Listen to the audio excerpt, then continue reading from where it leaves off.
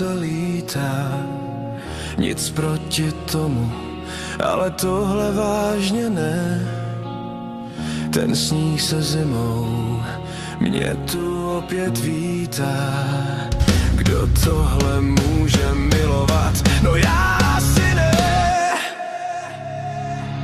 Miluji prostě léto, už je to asi tak.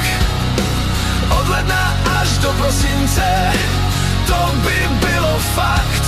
Hudba, bazén, pivko, no kdo tohle nemůže milovat? Bylo by to jako sen, o který má cenu bojovat.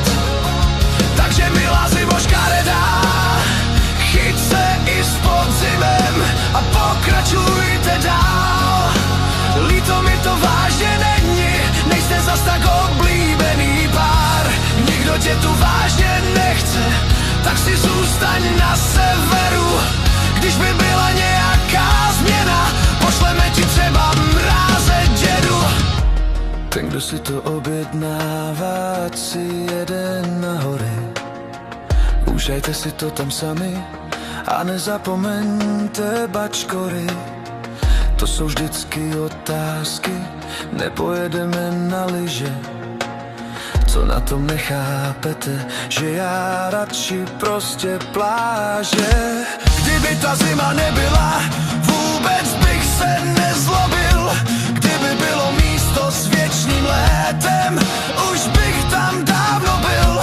Kdyby tohle bylo možné, stál bych v řadě jako první. Kdyby tohle všechno, prosím, jsem s ní. Miluji prostě léto, už je to asi tak. Od ledna až do prosince, to by bylo fakt. Hudba, bazén, pivko, no kdo tohle nemůže milovat? Bylo by to jako sen, o který má cenu bojovat.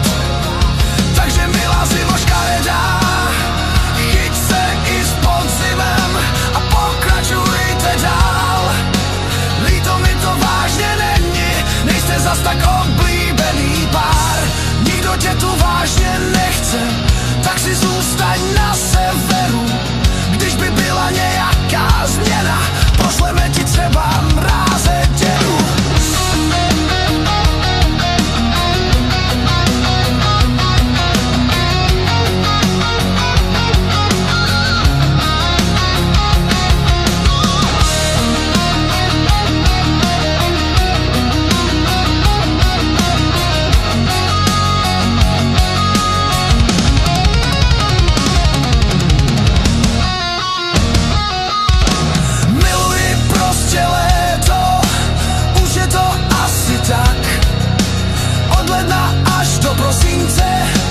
To by bylo fakt.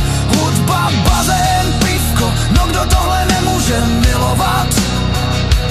Bylo by to jako sen, o který má cenu bojovat. Takže milá zimo škaredá, chyť se i s podzimem za ruku a pokračujte dál. Líto mi to vážně není, nejste zas tak oblíbený pár. Nikdo tě tu vážně nechce, tak si zůstaň na severu. Když by byla nějaká změna, pošleme ti třeba mráze dědu.